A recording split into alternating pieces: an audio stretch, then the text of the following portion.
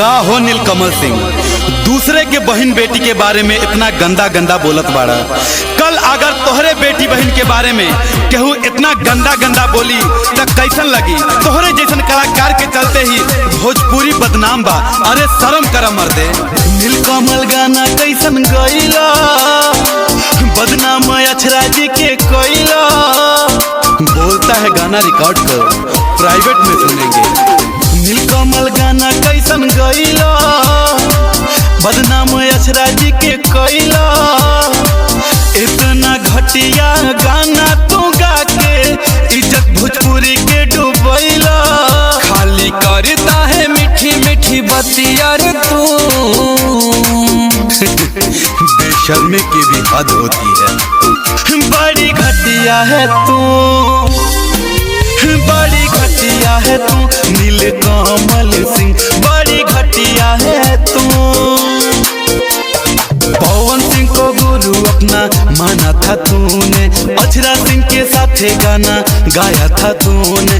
फिर कैसे इतना गंदा मन में तेरे आया? जा रे हरामी तुझको लाजो न आया। अरे बेशरम, वो भी किसी की बेटी बहन है और तुझे कोई अधिकार नहीं उसके बारे में कुछ बोलने का।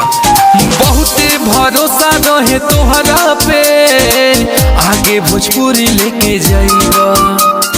बाड़ा तू टॉप घटियाई में, गजबे तू नमावा हसैला। बोला ले तू बाड़ा तू बेगंदा गंदा बोली, उनकर उठे वाला रहे कुछ दिन में डोली। तुझे शोभा नहीं देता बोला बतिया जो तू। बड़ी घटिया है तू, बड़ी घटिया है तू नीलकमल सिंह, बड़ी घटिया है तू। नीलकमल गाना कैसन गईला, बदनाम अक्षरा जी के कोइला। इतना घटिया गाना तू गा के इज्जत भोजपुरी के डूबैला। खाली करता है मीठी मीठी बतिया रे तू।